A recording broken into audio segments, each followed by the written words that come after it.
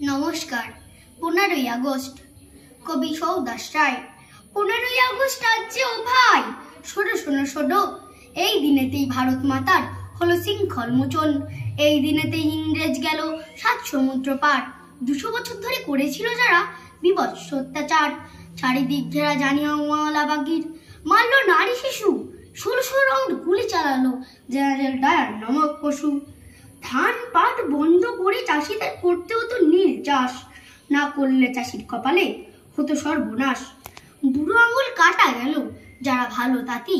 London থেকে আসতো কাপড় জাহাজে করে ভর্তি।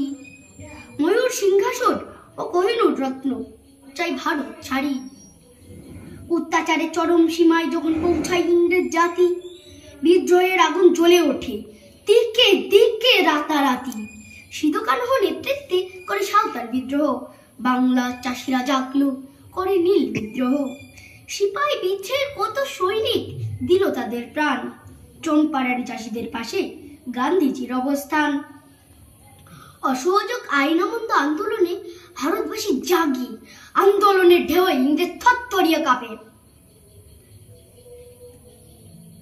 মুম্বাই হতে নৌ বিদ্রোহ মহাকার নিল। ইংরেজ হতে নেতাজি আজাদিন বাহিনী নিয়ে এলো। ফাঁসির মঞ্চে প্রাণ দিল কত বিপ্লবী। অবশেষে উঠল দেশে স্বাধীনতার রবি। 1947 সালে 15ই আগস্ট ইংরেজ গেল চলি। স্বাধীন সার্বভৌম গণতান্ত্রিক ভারতবর্ষ আমরা গড়ে তুলি। নমস্কার।